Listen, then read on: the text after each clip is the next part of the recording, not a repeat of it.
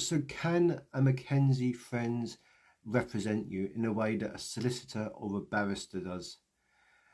The answer is probably not. It does happen, and I'll go into some of those grounds a little bit later in this TikTok. If you need someone to represent you, you need a solicitor or a barrister. You are guaranteed for them to be able to represent you.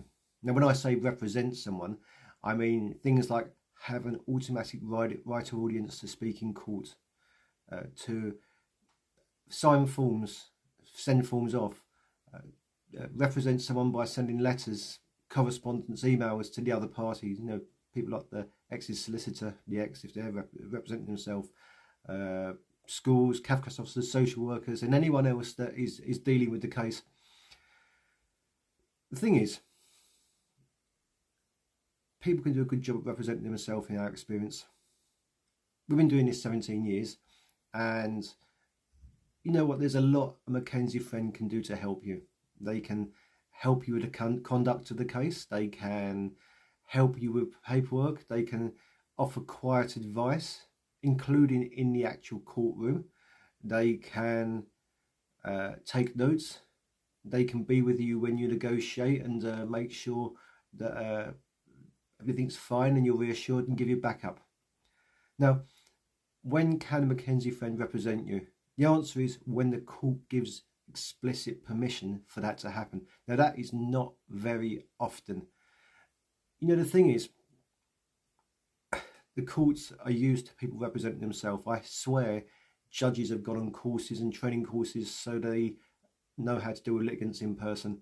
Back in the old days, when everyone had a solicitor, it was nice and simple. Now there's lots of people representing themselves.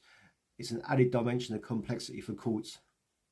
So if you've got a good McKenzie Friend and the court sees that the McKenzie Friend is making a big positive difference, they do sometimes ask the McKenzie Friend to do things that they normally wouldn't. That might be to help negotiate things. I've sat in courtrooms before when the judge has left and negotiated between my client and the other party's client and come to agreement. They can ask you to draft orders. If they decide it's in the best interest of the children and it's going to help the case, they can ask a McKenzie Friend to speak on behalf of the client if the client agrees to that happening. Now, grounds that it's not going to happen, things like you're nervous, you're upset, you don't know what's going on, that's probably not going to cut it. If English is not your first language, that's not going to cut it either, probably, because the courts provide translators. You know, if you've got a severe stutter or something like that, you might get away with it, but you need to work on the principle that if you've got a McKenzie Friend, you are going to be speaking for yourself in court. So the take home from this is, if you want a guarantee for someone to represent you in and out of the courtroom, you need a solicitor or a barrister.